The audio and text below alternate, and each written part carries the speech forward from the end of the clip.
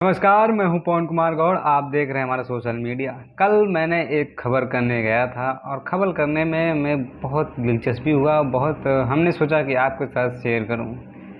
ये जो खबर है सेक्स एजुकेशन के दायरे में है। शायद इस बात को समझाने में थोड़ा हिचकिचाहट हो और थोड़ा बताने में थोड़ा शर्मिंदगी महसूस हो, मगर हम सोचते हैं इसको शर्मिंदगी की नज़र से ना देखा जाए।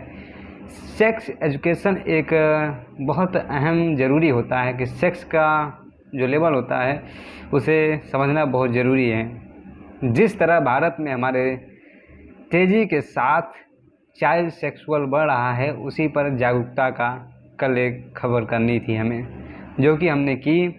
और ये सामाजिक संस्था थी, ये ऑर्गेनाइज कराई थी और झुग्गी झोपड़ियों के दिल्ली के झुग्गी झोपड़ियों में इसे मतलब जागरूक करने के लिए एक नाटक कॉलेज के लड़कों को बुलाकर और लड़कियां आकर एक नाटक के रूप में उन झुग्गी झोपड़ियों की पब्लिक को बताया गया कि क्योंकि इसलिए बताया गया दोस्तों, क्योंकि सबसे ज़्यादा crime middle class lower class के बीच में ही होता है।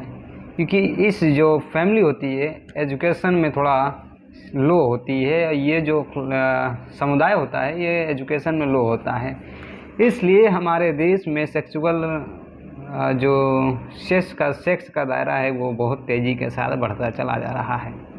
हमारे देश में ऐसे ही कुछ ऐसे शरारती तत्व होते हैं कि हमारी जब बहन बेटियां घर से बाहर निकलती हैं, पढ़ने के लिए निकलती हैं, तो ऐसे लोग लड़कियों को बाहर निकलने से रोकते हैं और छेड़खानी करते हैं। इसी पर एक जागरूकता थी, जैसा कि आप देख पा रहे हैं, तस्वीरों में देख पा रहे हैं। ये लड़कियां नाटक करके दिखा रही हैं, बता रही हैं, और यही सब चीज़ है कि बदलाव होना बहुत ज़रूरी है। समाज का परिवर्तन बहुत ज़रूरी है। समाज में अगर परिवर्तन नहीं होगा तो बहुत दिक्कत हो जाती है। सामाजिक संस्था जो इस कार्यक्रम का आयोजन कराई थी, आइए हम उनकी बात सुनते हैं, वो क्या कहती हैं। पहले आप उनकी बात सुनिए। ये जो कार्यक्रम है ये बाल यौन उत्पीड़न, चाइल्ड सेक्सुअल अब्यूज़ और पॉक्सो एक्ट की जागरूकता के बारे में है। यहाँ पे वीपी सिंह कैंप में हम माता पिता को ये बताएंगे कि वो अपने बच्चों को चाइल्ड सेक्सुअल अब्यूज़ से कैसे बचाएं। उसके लिए उनको बच्चों से क्या बात करनी चाहिए, क्या बात नहीं करनी चाहिए, इंटरनेट का इस्तेमाल का कैसे इस्तेमाल करना चाहिए, जिससे बच्चों को जो है इससे यहाँ पर इसीलिए बुलाया है। उनको ये चिंता है कि जो बच्चे हैं आजकल इंटरनेट की वजह से भटक रहे हैं। उनकी ये चिंता है कि इन बच्चों का भविष्य खराब ना होने पाए, और जो बच्चियों के संग और बच्चों के संग जो यौन उत्पीड़न हो रहा है, कितनी खबरें आती हैं, उन्हें चिंता है कि यहाँ पर रहने वाले माता पिता अपने बच्चों। दोस्तों, ये बात भी ज़रूरी हो जाती है जब आप अगर एजुकेशन में अच्छे हों, अगर जब आप एजुकेट होते हैं, पढ़े लिखे होते हैं, तो आप अपनी फैमिली को और अपने अच्छे तरीके से समझ पाते हो। और जब एजुकेशन में फैमिली अच्छी होती है तो घर शिक्षित होता है, गांव शिक्षित होता है, शहर शिक्षित होता है, देश शिक्षित होता है। तो इससे ये मतलब होता है कि देश प्रगति की ओर चल रहा है। तो क्या लगता है आप लोगों को, किस तरह सोचते हैं, क्या सोचते हैं, ये तो मुझे नहीं पता।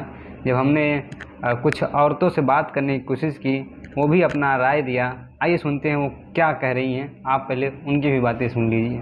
और लड़कियां अपने आप को मतलब इतना वो करें हिम्मत वाली कि जो आगे अगर कोई लड़का हमें ऑप्शन करता है तो उसको हम हिम्मत से लड़के और अपना बचाव खुद सीखें, औरों को भी हम सिखाएं। हमारे दौरान किसी और को भी हेल्प मिले, तो हम यही चाहते हैं कि हम जो सीखें औरों।